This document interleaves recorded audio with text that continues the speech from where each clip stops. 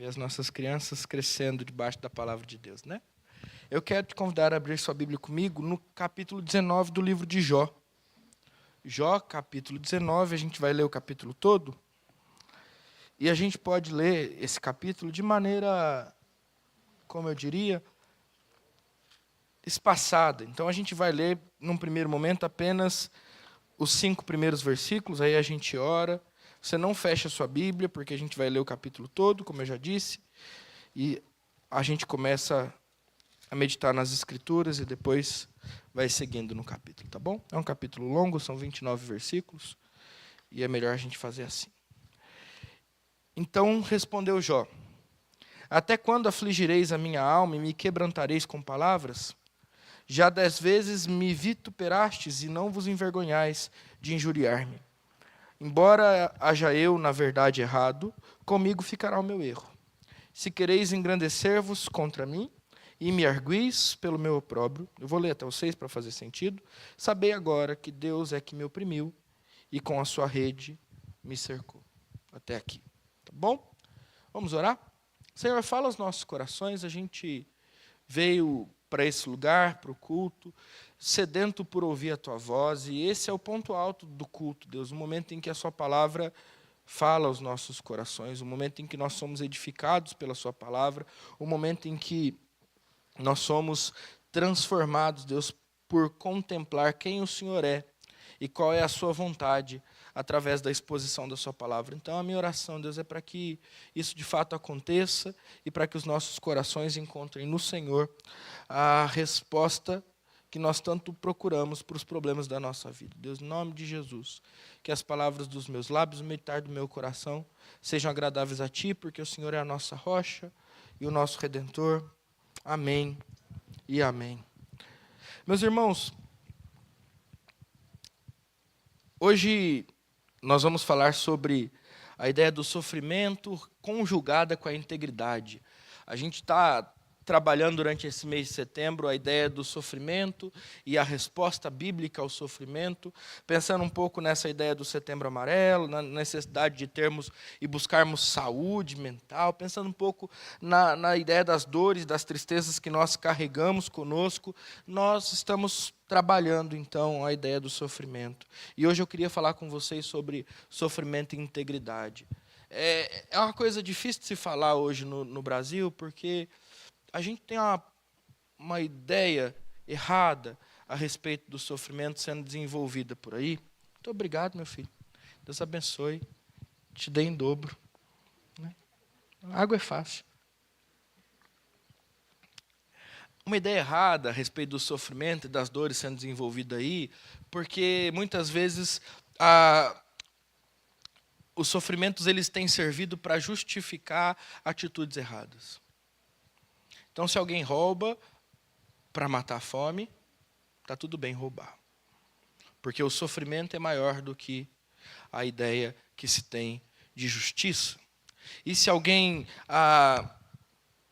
comete um erro, mas de repente diz que estava passando por problemas e dificuldades e sentimentos tão grandes, esse erro parece que nos convidam a perdoá-lo, porque, de fato, o sofrimento parece ser o justificador de todas as coisas.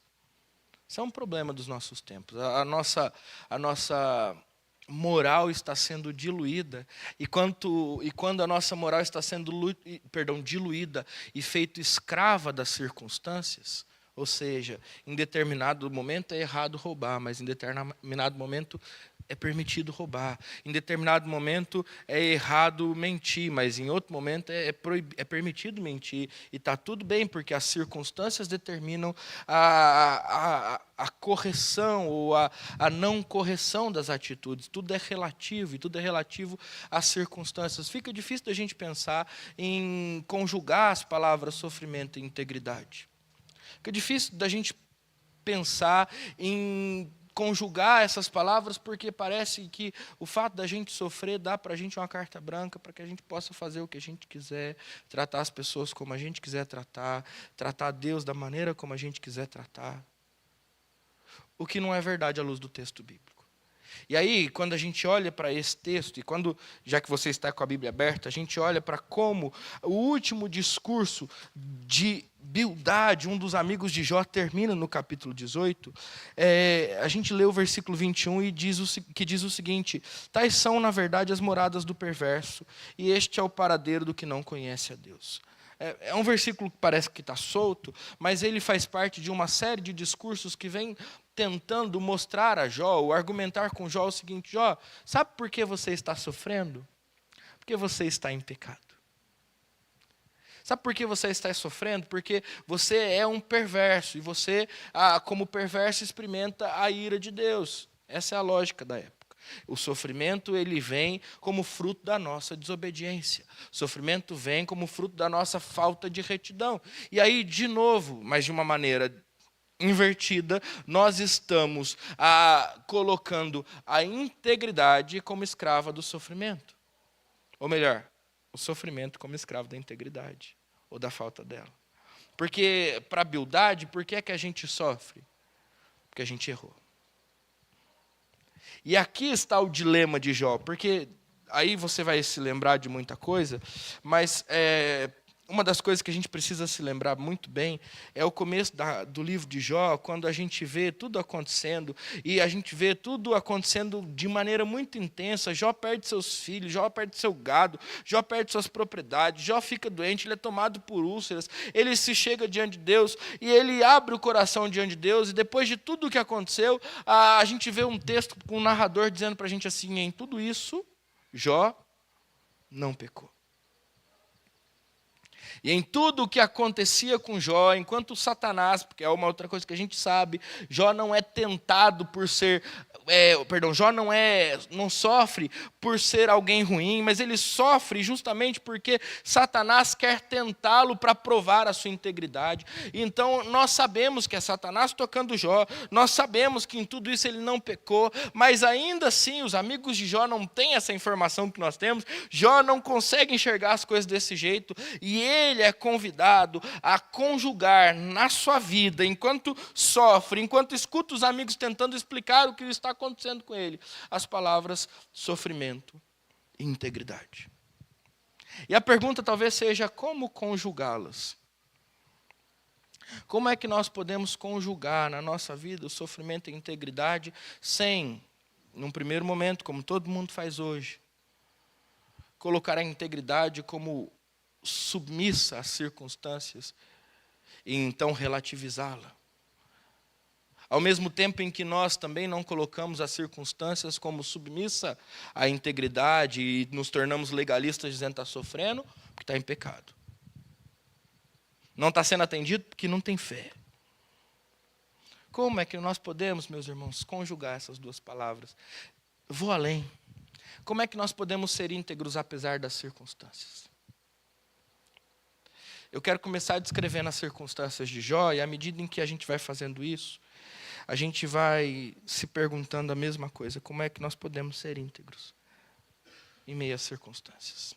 Olha só, o capítulo 19, versículos de 1 a 5, descrevem o abandono dos amigos de Jó. E é um abandono dolorido, meus irmãos. As palavras aqui são palavras doloridas, são palavras específicas. Jó escolhe palavras específicas para descrever o seu sofrimento. O versículo 2 diz o seguinte: até quando afligireis a minha alma e até quando me quebrareis com palavras? E ele está falando isso dirigindo-se aos seus amigos. Afligireis a minha alma. No hebraico, até quando vocês vão me atormentar? Até quando vocês vão causar esse transtorno? E ao invés de, em meio à dor e ao sofrimento que eu tenho passado por tudo que eu perdi, acalmar o meu coração, até quando vocês vão chacoalhar a minha alma de maneira a agitar-me? Só que isso não é tudo. A segunda palavra é: até quando me quebrantareis com palavras? A gente precisa entender um pouco isso. Se a gente olha para isso aqui, parece algo piedoso, né? Coração quebrantado é o que Deus quer, mas aqui a palavra está sendo usada de outra maneira. Aqui a palavra quebrantar está sendo usada com a ideia de quebrar, literalmente. E é interessante, porque quando a gente vai para o hebraico e vai estudar o substantivo que vem do verbo quebrantar ou quebrar, O substantivo é o pó. A gente fala pulverizar com as palavras. Olha a violência da atitude dos amigos de Jó para com ele. E olha como essa violência faz com que esse sofrimento seja agravado. Porque ele já perdeu os seus bens, ele já perdeu seus filhos, já perdeu seus servos, ele já perdeu sua saúde. E agora os seus amigos, além de atormentá-lo, esmagam-o com as suas palavras e querem pulverizá-lo com o que dizem. E aí o texto continua, e aí ele continua dizendo, olha, já 10 vezes vocês me vituperastes, e não vos envergonhais de injuriar-me. A ideia aqui é, vocês estão me humilhando, e 10 vezes são os discursos que estão acontecendo no decorrer do livro de Jó. Vocês estão aqui falando, e falando que eu não sou íntegro, vocês estão falando e colocando em jogo a minha moral, a minha moralidade, a minha fidelidade a Deus.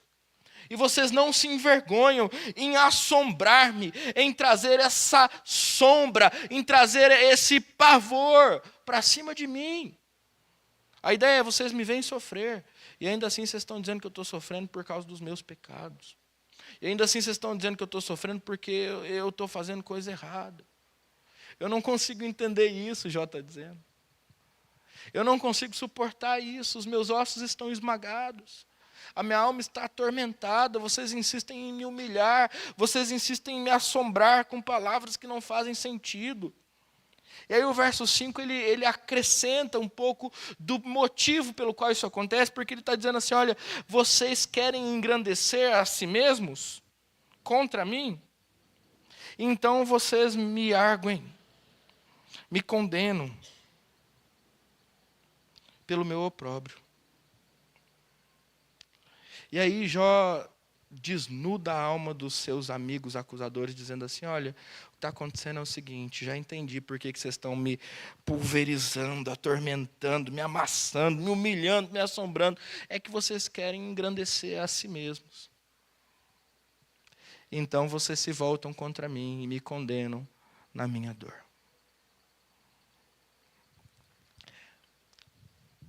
E a resposta de Jó a todas essas falas dos seus amigos, no verso 4 é, embora haja eu, na verdade, errado, comigo ficará o meu erro. E ela revela uma coisa muito importante, porque naquela época o que se acreditava? Existiam pecados que levavam a esse tipo de condenação. Quando os amigos de Jó os acusam de certo pecado, eles não estão acusando de qualquer pecado, mas eles estão dizendo, Jó, o que você fez é grave. Jó, o que você fez é muito grave, e a ira de Deus, o castigo de Deus paira sobre você, porque você é um homem cruel, você é um homem mau, você é um maldito entre o seu povo. Não é porque você mentiu para sua esposa, não é porque você xingou alguém no dia a dia, mas é porque alguma coisa muito grave aconteceu dentro do seu coração, alguma coisa muito grave aconteceu diante de Deus, e a gente ainda não entendeu o que é, mas é isso que está fazendo com que você peque. E Jó está dizendo assim, não. Embora eu haja errado, embora eu seja um pecador, meu pecado está apenas diante de mim, ele ficará comigo. O que a gente quer entender aqui é que, diante de tantas acusações e mesmo diante de tantas investidas maldosas de amigos que querem se engrandecer às custas do opróbrio de Jó, ele se afirma íntegro. Não porque não errou, mas porque não errou do jeito que eles estavam acusando. Mas não é só o abandono dos amigos do qual o Jó se queixa. Ele também se queixa, a partir do verso 6 até o verso 12, do tratamento que ele recebe de Deus. E eu quero ler com você. Diz assim, sabeis agora que Deus é que me oprimiu, e com a sua rede me cercou. Eis que clamo violência, mas não sou ouvido. Grito socorro, porém não há justiça. O meu caminho ele fechou e eu não posso passar. E nas minhas veredas pôs trevas. Da minha honra me despojou e tirou-me da cabeça a coroa. Arruinou-me de todos os lados e eu me vou. E arrancou-me a esperança como a uma árvore. Inflamou contra mim a sua ira e me tem na conta do seu adversário. Juntas vieram as suas tropas, prepararam contra mim o seu caminho e se acamparam ao redor. da minha tenda. Jó dá um passo. E ele termina o versículo 5, que a gente já leu 2 vezes, dizendo assim, olha, vocês querem se engrandecer contra mim, me arguindo, me acusando, me condenando, essa é a palavra, a expressão jurídica que o hebraico traz, do meu opróbrio. Mas saibam uma coisa, quem me oprimiu foi Deus. E agora ele se volta a Deus para falar do seu sofrimento. E ele diz, Deus é aquele que me oprimiu e me cercou. A ideia do cercar aqui, ela pode ser construída da seguinte maneira. Esse é o sentimento de Jó. Deus levantou muros ao meu redor. Eu quero só abrir um parênteses e aplicar isso aos nossos corações, porque é importante. Às vezes a gente se sente angustiado porque parece que existem muros ao nosso redor, não é? E aí a gente, às vezes, abre mão da integridade, porque parece que existem muros que precisam ser transpostos. E a gente está com tanta angústia no nosso coração que a gente faz de tudo para conseguir, transpor esses muros. Esse é o sentimento de Jó. Jó se sente cercado por muros levantados por Deus. Jó se sente cercado por um Deus que, na sua mente, o oprime. É claro que a gente sabe que quem está tocando em Jó, quem está cercando Jó, quem está ferindo a Jó não é o próprio Deus, mas é Satanás. A gente já leu o livro inteiro. Mas Jó não sabia, e no meio do sofrimento, às vezes, a gente não entende tudo isso. E é com razão que Jó se volta para Deus e diz, olha só, todo o meu sofrimento tem uma origem, essa origem é Deus. De alguma maneira ele está fazendo isso comigo. E eu preciso reclamar a Ele, porque Ele é quem tem o poder sobre todas as coisas. Aí o texto continua. Depois eu vou pegar todas essas coisas que eu estou soltando e a gente vai amarrar no final, tá bom? Continua só prestando atenção comigo. Esse texto ele é rico e cheio de coisas. Ele diz assim, olha, sabei agora que Deus me oprimiu e que a sua rede me cercou, existem muros ao meu redor, e mais do que cercado e oprimido, eu também estou abandonado, porque eu clamo violência, mas eu não sou ouvido. Eu grito a Deus socorro, porém não escuto ou não vejo justiça. Olha o sentimento de Jó em meio a tudo aquilo que a gente tem visto. Meus amigos me abandonaram, mais do que isso, eles estão me atormentando a alma e me quebrando a ponto de eu ser pulverizado. Eles estão me humilhando e me assombrando, eles querem se engrandecer diante da minha desgraça. Mais do que só isso, agora ele se volta para Deus e diz, Deus está me oprimindo e me cercando com muros de maneira que eu estou preso. Não consigo me mexer. Mais do que só isso, além de me oprimir e me cercar, Deus também não me escuta mais. Eu clamo violência e não sou ouvido, eu grito socorro e parece que ninguém se atenta a mim. O texto continua, e aí ele diz, mais do que cercado e mais do que sozinho, eu também me sinto perdido, porque o meu caminho Deus fechou e eu já não posso passar. E as minhas veredas ele pôs trevas. Olha os sentimentos se não são contemporâneos. Angústia de alguém que se sente cercado. Solidão de quem clama e aparentemente não é ouvido. Falta de norte, estar perdido de quem vê os seus caminhos se tornarem escuros. Descreve alguma coisa que você passa ou eu passo durante a nossa vida? É assim que Jó se sente. Quando ele olha para o que está acontecendo na vida dele e quando ele olha a partir disso para Deus. Mas aqui dói um pouco mais, versículo 9, ele diz, Deus me tirou da minha honra. E Deus arrancou da minha cabeça a coroa. Ele não se sente só angustiado. Ele não se sente sozinho. Ele não se sente apenas perdido. Mas ele está frustrado. Porque toda a glória passada lhe foi arrancada. A sua coroa lhe foi tirada. E aí o verso 10 é a expressão final da angústia de Jó quando ele diz: Deus me arruinou de todos os lados e eu me vou.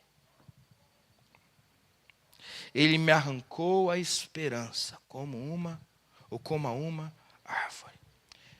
E aqui o sentimento de Jó é: bom, eu estou chegando ao fim. A gente vai perceber isso à medida em que o texto vai continuar caminhando, mas ele está dizendo assim: eu estou chegando ao fim. Sabe aquela ideia de ser pulverizado pelos amigos? Lembra daquele texto bíblico: você é pó e ao pó voltarás? É nessa coisa que Jó está pensando. E agora aqui, no verso de número 10, quando ele diz: Deus me arruinou de todos os lados e eu me vou, é também no fim que ele está pensando. E aí o texto vai mostrando que esse fim ele vem como uma marca, ou com uma marca. Por que Jó acha que o fim chegou? Porque Deus arrancou do coração dele toda esperança. Pegou como uma árvore e arrancou até a raiz. E aí, mais um parêntese. Olha que imagem bonita o livro de Jó usa para a gente entender a esperança. Às vezes a gente acha que a esperança é uma flor num vaso que não tem raízes, mas nos embeleza a casa por um tempo.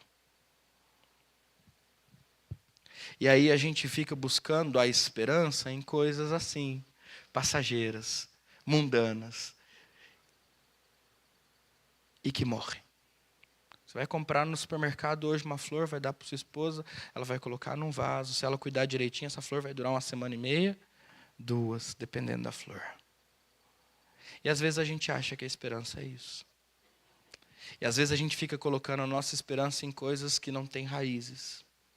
E a gente fica colocando a nossa esperança em coisas que vão morrer.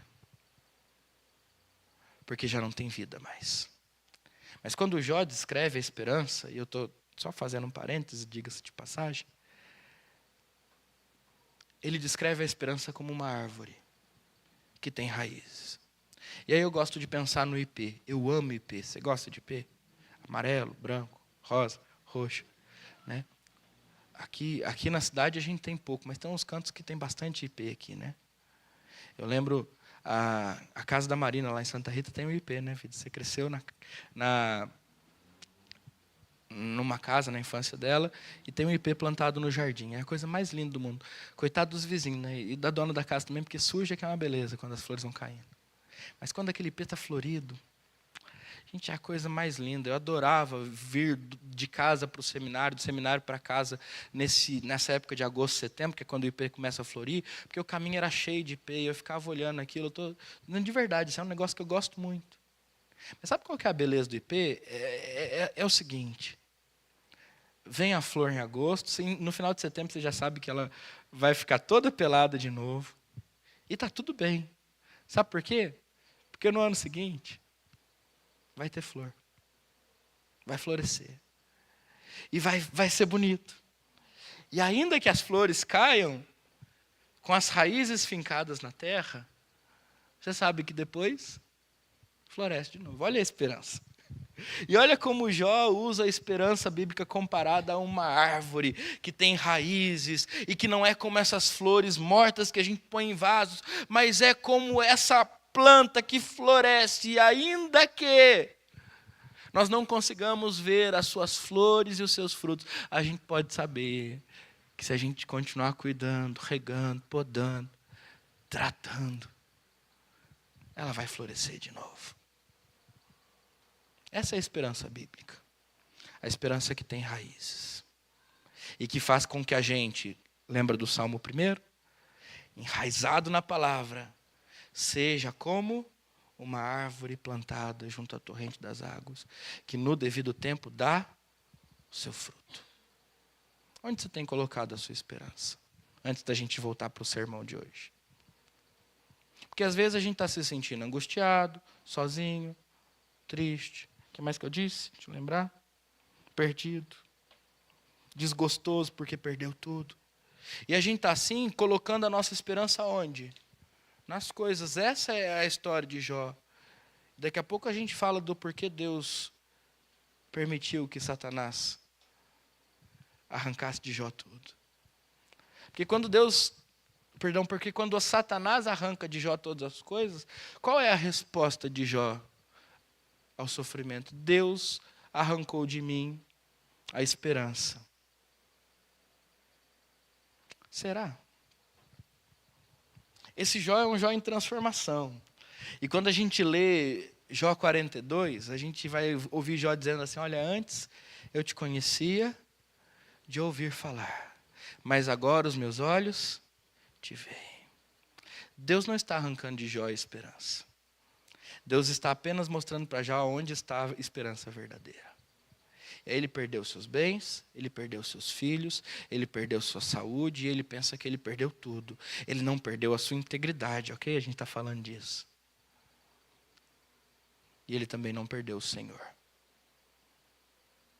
E quando Jó é colocado nesse caminho de sofrimento, o que Deus faz com o seu servo é arrancar-lhe tudo, menos a sua esperança. É por isso que daqui a pouco ele vai dizer: eu sei que o meu Redentor vive. E ele se levantará, e os meus olhos o verão. Porque essa é a verdadeira esperança de Jó. Mas por hora ele se sente como? Angustiado, sozinho, perdido, desgostoso. Para ele a vida acabou. Então calma, a gente vai continuar lendo o texto. Mas se você está se sentindo assim, calma que as coisas melhoram, tá bom? Vamos caminhar. Do verso 13 ao verso de número 19. Deus pôs longe de mim os meus irmãos, e os que me conhecem me tratam como estranhos e se apartam de mim. Os meus parentes me desampararam, e os meus conhecidos se esqueceram de mim. Os que se abrigam na minha casa e as minhas servas me têm por estrangeiro, e vim a ser estrangeiro aos seus olhos. Chamo o meu criado e ele não me responde. Tenho de suplicar-lhe eu mesmo. O meu hálito é intolerável à minha mulher, e pelo mau cheiro sou repugnante aos filhos da minha mãe. Até as crianças me desprezam, e querendo eu levantar-me, zombam de mim. Todos os meus amigos íntimos me abominam, e até os que eu amava se tornaram contra mim. Olha o sofrimento de Jó ganhando novas formas. Ele foi abandonado pelos seus amigos, ele se sente oprimido, triste, humilhado, assombrado, atormentado. Ele está sendo tratado por Deus de uma maneira que, mais uma vez, lhe traz tristeza. E agora ele descreve o abandono dos seus parentes. Os seus irmãos se afastaram. Os parentes um pouco mais distantes, versículo 14, o desampararam. Os seus conhecidos se esqueceram dele. Os servos, as servas que habitavam na sua casa, agora o tratam por estrangeiro. E como ele perdeu o dinheiro, agora quando ele chama um criado, até esse criado não lhe responde, ele tem que suplicar. A situação de Jó não é fácil. O verso 17 descreve o terror de toda mulher. O meu hálito é intolerável à minha mulher. Ela não consegue ficar perto de mim. Brincadeira, tá? Mas é só para você entender quanto a situação de Jó estava difícil. E pelo meu mau cheiro, eu sou repugnante aos meus irmãos ou aos filhos da minha mãe. E até mesmo as crianças me desprezam e zombam de mim. Os meus amigos íntimos me abominam. E os que eu amava se tornaram contra mim. Se você quiser ler o 20 agora, o 20 descreve a situação na qual Jó chega e aí ele se vê diante de tudo isso. Como é que Jó se vê? Como é que Jó se descreve? Verso 20 diz: os meus ossos se apegam à minha pele e à minha carne, e salvei-me só com a pele, dos meus dentes. E a partir do verso 21, ele grita a ajuda dos seus amigos. Compadecei-vos de mim, amigos meus, compadecei-vos de mim, porque a mão de Deus me atingiu. E aí ele clama: por que vocês me perseguem? Como Deus me persegue, não cessam de devorar a minha carne. Lembra? Os meus ossos se apegaram à minha pele. Estou lendo o 20 de novo. E à minha carne. E eu me salvei apenas com a pele dos meus dentes. Essa é a situação na qual Jó se encontra. Esse é o fundo do poço do sofrimento de Jó. Ele olha para os amigos, não tem nada a não ser opressão. Querem pulverizá-lo. Ele olha para Deus e o sentimento é que Deus está contra ele, de maneira que a sua esperança foi arrancada. Ele olha para dentro da sua própria casa e para os seus familiares, e ali dentro ele é chamado de repugnante, abominação. Então ele olha para si. Seus ossos aparentes, a sua carne acabou. Sua pele está seca. Só a pele dos lábios sobrou. Ele clama ajuda. E até aqui, ninguém o responde. Mas ainda não terminamos o texto. Aí, a partir do verso 23, a gente vê uma situação de mudança muito bonita e muito importante acontecendo aqui. Uma situação que, segundo Jó, diferente da sua história que ele quer esquecer, precisa ser escrita. Ele diz assim: quem me dera fossem agora escritas as minhas palavras, quem me dera fossem gravadas em livro, que com pena de ferro e com chumbo, para sempre fossem esculpidas na rocha. Sabe o que Jó está ensinando para a gente? Uma coisa muito importante é o seguinte: o abandono dos nossos amigos vai passar. E ele não tem que determinar a nossa integridade ou a falta dela. Ah, mas eu fiz isso errado porque os meus amigos me abandonaram. Olha só Jó dizendo, é assim mesmo. Os nossos amigos nem sempre estão do nosso lado. Aqueles que deveriam apoiar nem sempre apoiam. E isso não é uma desculpa para a gente fazer errado. O que Jó está nos ensinando é que a ira de Deus, que se manifesta contra ele, também é passageira, diferente do que ele está para dizer.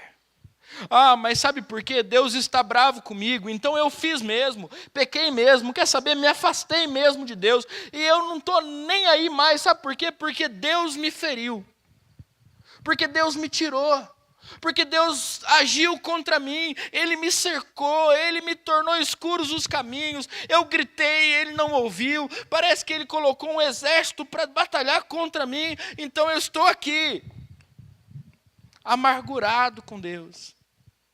Mas quando Jó diz nos versos 23 e 24, que agora ele quer que essas palavras que ele está para dizer sejam escritas, ele também está dizendo que as outras que foram ditas vão passar, porque a ira de Deus vai passar. E ela não deve determinar a nossa integridade ou a falta dela. O abandono da família, o desprezo da família, o sermos considerados pela família opróbrio, também vai passar. Mas as palavras que Jó está para dizer, essas precisam ser gravadas. E a pergunta final é: quais são as palavras que Jó está para dizer? Que garantem a nossa integridade mesmo em meio ao sofrimento. Porque eu sei que o meu Redentor vive e ele se levantará sobre a terra. E eu sei que depois disso, revestido esse meu corpo, da minha pele, em minha carne, eu verei a Deus. E eu vou vê-lo por mim mesmo, e os meus olhos o verão, e não outros. De saudade me desfalece o coração dentro de mim. Vamos parar e olhar para isso com calma e olhar alguns outros textos de Jó que são importantes para o entendimento dessas verdades. Repito, o que é que garante a nossa integridade em meio ao sofrimento? Uma vez que os amigos podem nos abandonar, uma vez que a ira de Deus pode ser uma realidade, uma vez que a família pode ser o lugar onde a gente não vai encontrar apoio. Em primeiro lugar, o fato de que o nosso Redentor vive. Se a gente lê capítulo 16 de Jó, os versos 18 a 22, a gente vai ouvir o seguinte. Jó está clamando a Deus. E Jó diz assim: ó terra, não cubras o meu sangue, e não haja lugar em que se oculte o meu clamor. Já agora sabei que a minha testemunha está nos céus, e nas alturas está quem advoga a minha causa. Os meus amigos zombam de mim, mas os meus olhos se desfazem em lágrimas diante de Deus. para que ele mantenha o direito do homem contra o próprio Deus e o do filho do homem contra o seu próximo, porque dentro de poucos anos eu seguirei o caminho de onde não tornarei. Sabe o que faz com que Jó mantenha a integridade no meio do sofrimento? Ele diz: os meus amigos me abandonaram, mas os meus pedidos, as minhas causas estão sendo colocadas constantemente diante daquele que me fez, daquele que mantém a justiça na terra, daquele que em alguns anos, quando eu seguir o meu caminho e não voltar mais, se você não entender, quando eu morrer, eu verei de fato e de verdade. E é assim que Jó se mantém íntegro em meio a tantas dificuldades que ele passa. Crendo que acima de toda dificuldade, acima de toda acusação, acima de toda circunstância, acima dos amigos que os desprezam ou desprezam e acusam, acima da família que o abandona, acima da aparente realidade da ira de Deus, há no céu para cada um de nós, para todos nós, e especificamente para Jó, um advogado que o defende. E esse advogado que defende Jó é aquele que mantém na terra a integridade. É aquele que mantém na terra a sua vontade. É aquele que tem os seus propósitos eternos. O nosso Redentor vive. É isso que Jó quer dizer quando ele expressa essa verdade. E aí a gente pode sofrer sem sofrer. E aí a gente pode passar por dificuldades sem abrir mão da nossa integridade, porque a gente sabe que dentro de algum tempo, a gente não vai mais estar aqui. Mas que quando a gente morrer, os nossos olhos verão o nosso Redentor. E aí, como é que a gente vai vê-lo? Entende?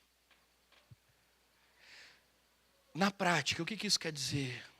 A ausência dos amigos, a aparente percepção da ira de Deus, a falta de apoio da família não são desculpas para que a gente faça o que a gente quer, porque o nosso Redentor vive. O nosso advogado continua de pé diante de Deus.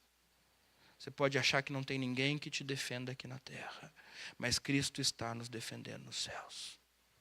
Você pode achar que você foi abandonado aqui na terra, que Deus se esqueceu de você, mas a prova de que isso não é verdade é que Cristo morreu pelos nossos pecados. Aquele que não conheceu o pecado, Deus o fez pecado por nós, para que nós pudéssemos ser feitos justiça de Deus.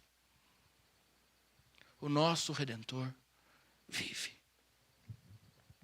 E a gente pode sofrer sem pecar,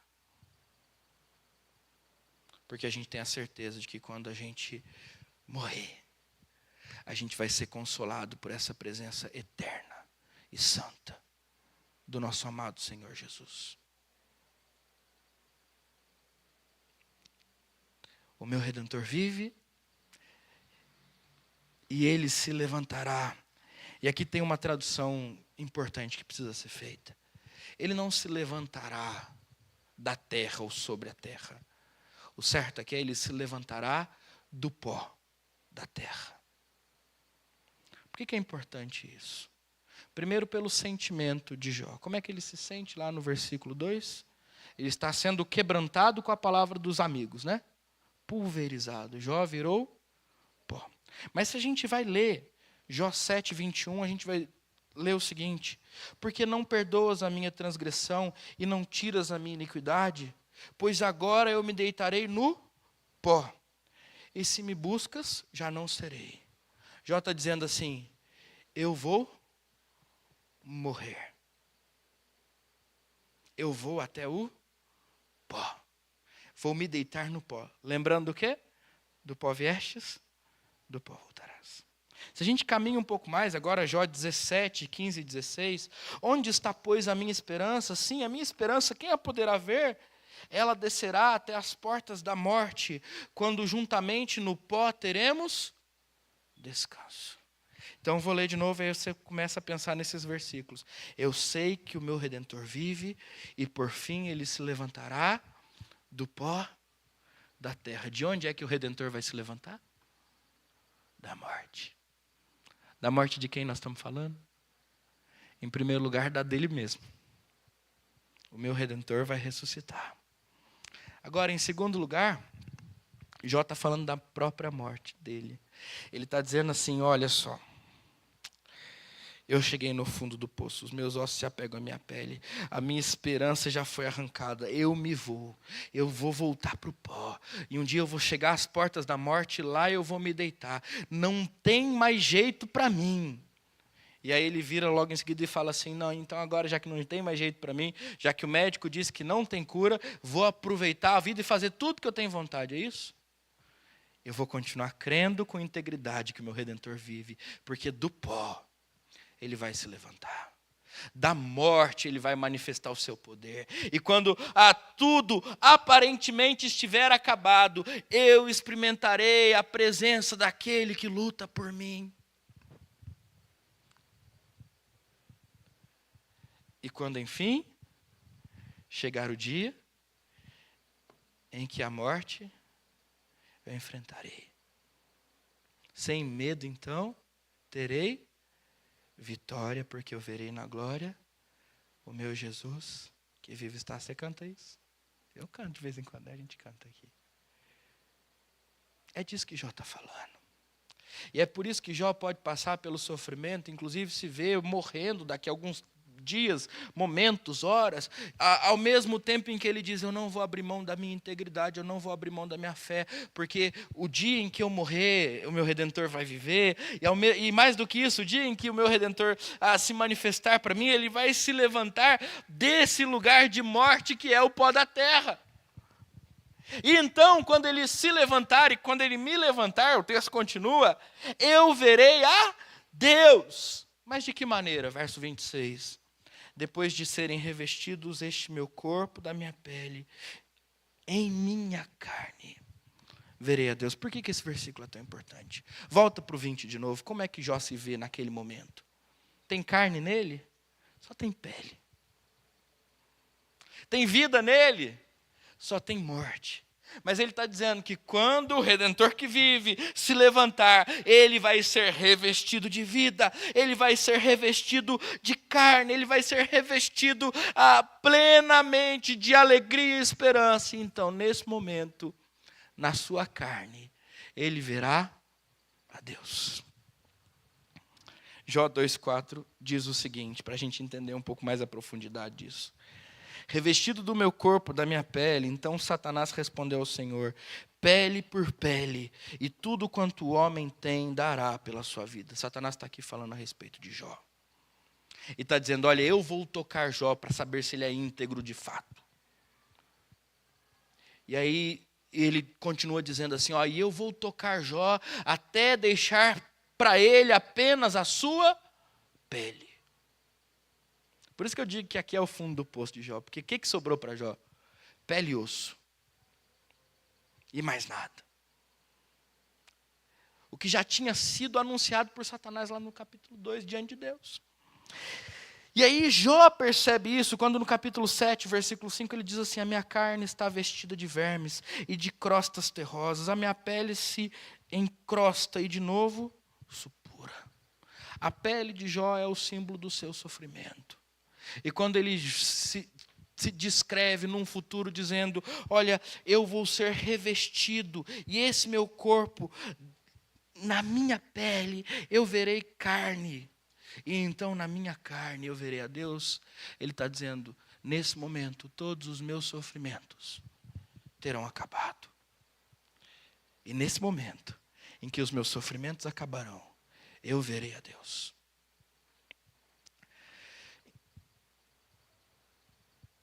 O que está acontecendo aqui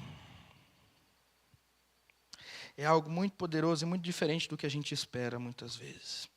Que quando a gente sofre, a gente vem cá para Deus e diz assim, Deus, por favor, acaba com o meu sofrimento. Deus, por favor, põe fim na minha dor. Senhor, olha só, eu não quero mais sofrer.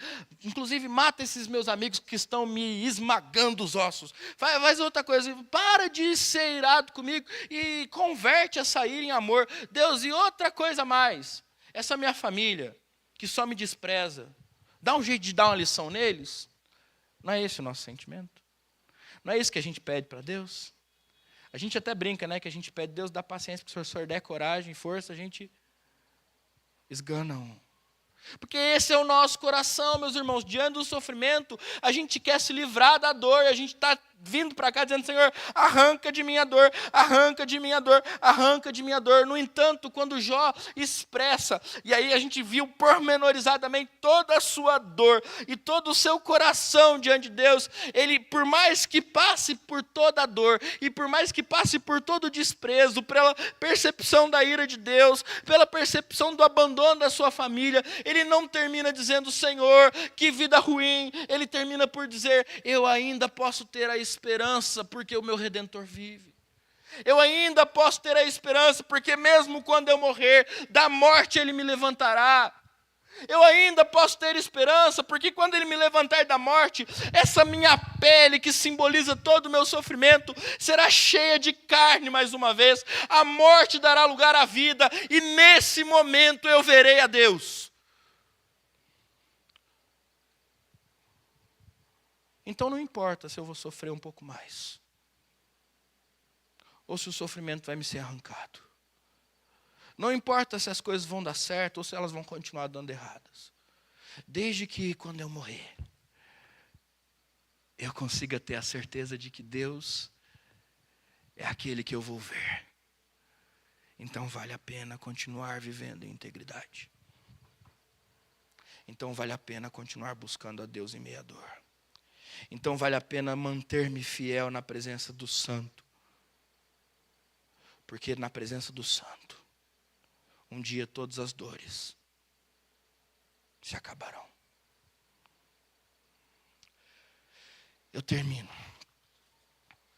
perguntando para você como você tem lidado com as suas dores e com o seu sofrimento.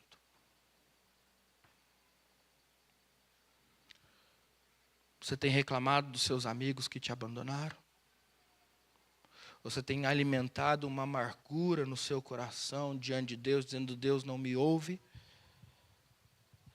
Deus está contra mim, Ele me cercou, Ele me arrancou tudo o que eu tinha, Ele se moveu e moveu um exército contra mim. Você está olhando para dentro de sua casa e dizendo assim, olha, é melhor não ter família do que ter uma família assim. E você está usando tudo isso para justificar os seus erros? Perdendo a sua integridade, justificando a ausência dela pelo seu sofrimento? E dizendo assim, porque ninguém sabe o que eu passo de verdade. Porque ninguém consegue entender o que está acontecendo no meu coração. Porque ninguém consegue sentir a minha dor. Se você sentisse a minha dor, você ia entender porque eu estou fazendo errado. É assim que você está vivendo. Porque se você está vivendo assim, deixa eu te dizer, sabe aquela ideia de um abismo chamando outro abismo e chamando outro abismo? E um sofrimento dando lugar a um sofrimento ainda maior, e dando lugar a um sofrimento ainda maior, e te conduzindo a um sofrimento eterno, que é o inferno. Cuidado. A boa notícia é que a gente não precisa viver assim. E a boa notícia é que mesmo em meio à dor, a gente pode louvar a Deus e manter a nossa integridade, porque o nosso Redentor vive. E Ele se levantará da morte. E Ele nos levantará da morte. E Ele acabará com as nossas dores. E então nós o veremos. Essa é a nossa verdadeira esperança. E se a nossa esperança estiver nisso, a gente vai se manter íntegro, independente do que nos aconteça. Eu oro para que Deus renove essa esperança nos nossos corações. E oro para que você e eu sejamos pessoas que passam pelo sofrimento, sem abrir mão da sua fé, sem abrir mão da sua integridade, sem abrir mão daquilo que nós cremos ser a vontade de Deus. Amém? Então, antes de orar, nós vamos ouvir o coral e, através dele, responder ao Senhor, diante da palavra que ouvimos. O coral pode se dirigir aqui à frente, logo em seguida nós oramos e encerramos o culto.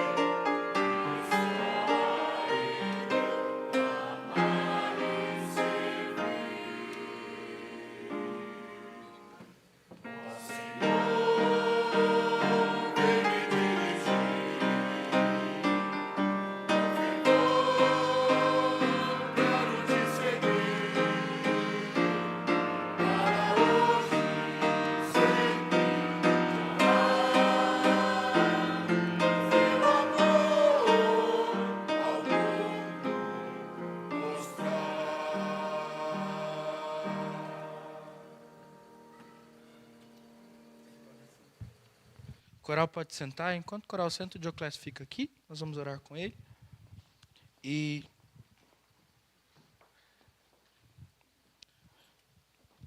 é claro que a gente não precisa ser como os amigos de Jó, que o esmagavam com palavras enquanto ele sofria, né? E nesse sentido, eu queria convidar você a orar pela vida do Dioclésio e também orar pela vida do nosso irmão Luiz Dentello e pela vida do nosso irmão João, seu João, pai do Luiz Dentello.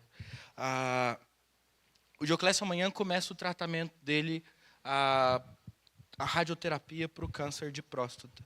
E então amanhã nós vamos lá para Campinas, 1h é a primeira sessão, e aí por 20 dias ele vai ficar indo e voltando, sendo acompanhado e cuidado para tratar do câncer, né? E aí a gente ora pelo Luiz Dentello e pelo seu João, porque enquanto a gente estava cultuando a Deus aqui, a gente recebeu a notícia do falecimento da Dona Rosa. Então, acabou de falecer, né, enquanto a gente cultuava a Deus, e a gente vai orar por eles, porque a Dona Rosa está com Jesus. Eu me lembro das últimas visitas que eu fiz à Dona Rosa, e a penúltima foi para levar ela à Santa Ceia. E enquanto ela tomava a Santa Ceia, ela dava glórias a Deus e agradecia a Jesus. E eu me lembrei agora, nesse momento, da expressão que me impactou. Ela dizia, meu Jesus amado.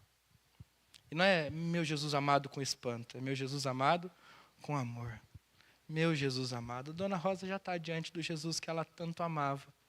E a gente ora a Deus agora pelo Luiz Dentello e pelo seu João. O seu João está com 96 anos. E vai ter que lidar com todo esse luto, a ausência da esposa, que cuidava tão bem dele, mesmo com seus 91. Né? Então a gente está falando, né, de sofrimento, de dor, a gente está experimentando isso, os nossos irmãos estão experimentando isso. E a gente pode ser um instrumento da graça de Deus para tocá-los e lembrá-los. O nosso Redentor vive. E ele vai se levantar e nós o veremos. Amém? Então vamos orar, coloque-se em pé. Eu quero te convidar a orar comigo nesse momento. Senhor, muito obrigado pela vida do Dioclésio. É tão bonito ver o que o Senhor tem feito na vida dele nesses últimos anos, Deus, e como o Senhor tem cuidado do seu servo, como o Senhor tem levantado ele com vigor, como o Senhor tem dado a ele, Pai, graça sobre graça. O primeiro câncer que foi descoberto de uma maneira tão repentina, mas que também foi curado pelo seu poder, Deus. Agora esse segundo câncer que vai ser tratado e que, segundo os médicos, tem uma boa perspectiva de cura, 95% de chance de ser curado. Isso é graça do Senhor, Deus. Isso é bênção, isso é a mão do Senhor sobre as nossas vidas. Mas isso não anula o nosso sofrimento, a nossa tristeza, a nossa ansiedade. E nós queremos colocar o seu Dioclésio e a Dona Ruth nas suas mãos. E pedir, Deus, em nome de Jesus, que nesse tempo onde a ideia do câncer vai ser visitada e revisitada, vai vir medo, vai vir ansiedade, vai vir angústia, que o seu Santo Espírito visite o coração deles. Acalme o coração deles, console, que essa verdade importante de que o Senhor vive, de que o Senhor se levantará da morte como já se levantou em Cristo, de que nós o veremos com os nossos olhos restaurados, possa encher o coração do Dioclésio e da Dona Ruth de esperança, em nome de Jesus. Pai, que esse mesmo Espírito agora visite lá no hospital o nosso irmão Luiz Dentello. Oh Deus, o seu João aqui na casa deles. Traz, Deus, ao coração do Luiz a certeza de que Dona Rosa já está com o Senhor. Que os olhos da Dona Rosa já o veem. Que o Redentor da Dona Rosa vive. E que a Dona Rosa vive com ele. Muito obrigado por essa verdade. E muito obrigado porque o sofrimento da Dona Rosa nessa terra chegou ao fim. E porque a Dona Rosa desfruta pela graça de Cristo da sua presença santa. Usa-nos, Deus, para consolar o coração do Luiz. Usa-nos, Pai, para alcançar o coração do seu João e também abraçá-lo e consolá-lo. Que nós sejamos instrumentos da sua vontade nesse momento, Pai. Acima de tudo, Senhor, enquanto nós buscamos a sua face agora, dê-nos essa integridade que permanece mesmo em meio ao sofrimento. a esperança de que o nosso Redentor vive, seja essa a sustentar as nossas vidas em retidão diante de Ti, mesmo quando sofremos, mesmo quando sentimos, mesmo quando nos sentimos sozinhos, angustiados e desamparados. Pai, em nome de Jesus, sustenta a sua igreja. E que sua igreja se levante como esse lugar de integridade em meio à dor, de esperança em meio às angústias da vida. Nos abençoe, Pai. E agora, irmãos, que a graça do Senhor Jesus, o amor de Deus o Pai e as consolações ternas do Espírito Santo estejam sobre vocês. E sobre vocês permaneçam hoje e sempre. Amém. E amém. Amém.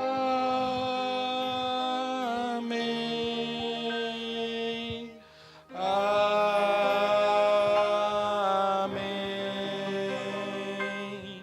Amém.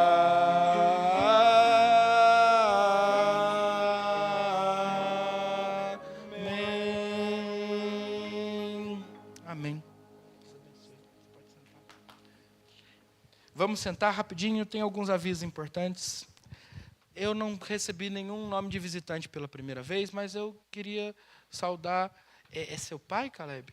Pai do Caleb, qual que é o nome do senhor? Moacir. Seu Moacir, seja muito bem-vindo.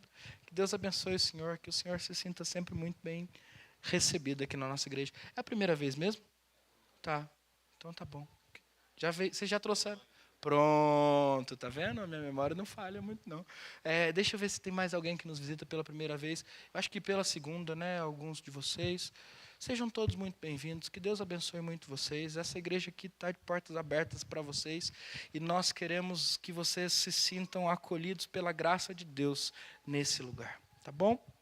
Alguns avisos importantes. Primeiro deles, no sábado que vem nós temos o chá de primavera. As nossas irmãs queridas estão se organizando para um movimento de oração umas pelas outras, e também onde agora elas tiraram lá as amigas de oração e agora vão revelar essas amigas no começo da primavera, trocando vasinhos de flores. Então, você venha, tá bom? Traga seu vasinho de flor para sua amiga. O mais importante é você orar por ela. Então, você está fazendo isso já, está orando. Venha, traga seu vasinho de flor. Mas, pastor, eu não tirei lá no dia o nome da minha amiga. Não tem problema. Você vem, traz um vasinho de flor também e a gente faz a troca com quem não está participando dessa nossa brincadeira, tá bom? O mais importante é a gente estar junto para celebrar a graça de Jesus, a amizade entre as mulheres da nossa igreja, essa comunhão verdadeira e importante que faz com que a gente se sinta parte do corpo de Cristo. Então, sábado que vem, às 15 horas, as irmãs tragam o vasinho de flor e também tragam um prato de salgado ou doce para a gente ter um momento de comunhão, tá bom? Então, sábado às 3, uma florzinha e um pratinho com alguma coisa nele, tá bom? Pode ser salgada ou doce. E porque só o pratinho não funciona, né? Oi? Eu trago o meu prato vazio que eu levo ele cheio para casa. Mas você traz para eu encher o meu. Parei. Esse é um aviso. Segundo aviso importante, na semana que vem, tanto no sábado à noite, quanto no domingo de manhã e à noite, nós teremos a presença do CLD, Curso de Liderança e Discipulado do Palavra da Vida aqui conosco. Então, eles nos conduzirão no momento de louvor, eles darão aulas na escola dominical, conduzirão a reunião dos jovens, e é um tempo para a gente ter esse contato com esses meninos que estão sendo formados aqui do lado da gente. Então, venham, vai ser uma bênção, vai ser um tempo especial, e no domingo à noite, a palavra está com o reverendo Gerson, que é um missionário que nós aqui na igreja apoiamos, e tem atuado no Senegal com a formação de pastores e líderes para a igreja presbiteriana de lá. Ele está de férias no Brasil nesse período, e aí tem essa data disponível para a gente vai aproveitar para ouvi-lo. Então venha, vai ser uma bênção. Eu estou esquecendo de alguma coisa? Cadê minha cabeça? Estou esquecendo de alguma coisa? Estou ficando bom, né? Opa! Isso, a gente não tem... Ô Gilson, a gente tem alguma informação do velório, depois que a gente soube que faleceu, não, né? Então, assim, prepare-se, porque amanhã, provavelmente, a gente vai passar o dia lá no velório, e depois o sepultamento da Dona Rosa, e eu vou te pedir com muito carinho, se você puder ir, o Luiz é um irmão muito querido da nossa igreja. Ele precisa do nosso apoio, da demonstração do nosso carinho, da nossa presença. Então, se você tem disponibilidade de tempo, se você não vai trabalhar, e se você pode estar lá no velório, eu acredito que vai ser na funerária São Marco, ali na subida para o centro, que é onde eles tinham lá o convênio, até onde eu sei. Então, já sei o lugar, né, São Marco. Quando? A gente vai descobrir amanhã, e aí fica atento lá no grupo de aviso da igreja, que eu vou colocar as notícias, as informações. Tá bom? Acima de tudo, ore pelo Luiz, ore pelo seu João. Vai ser um tempo difícil para o seu João, 96 anos, mais de 70 do lado da esposa, ele vai ter que se adaptar a muita coisa, e a gente tem que cuidar dele agora, tá bom? Então pensa nisso, ora por isso, e se você puder, amanhã a gente vai estar junto lá cuidando do Luiz. Tá bom? Deus abençoe vocês. Tenham todos uma boa noite. Eu vou ficar na porta, cumprimentar todo mundo, mas eu vou me picar porque eu vou atrás do Luiz, tá bom? Logo em seguida para cuidar dele. Deus abençoe vocês.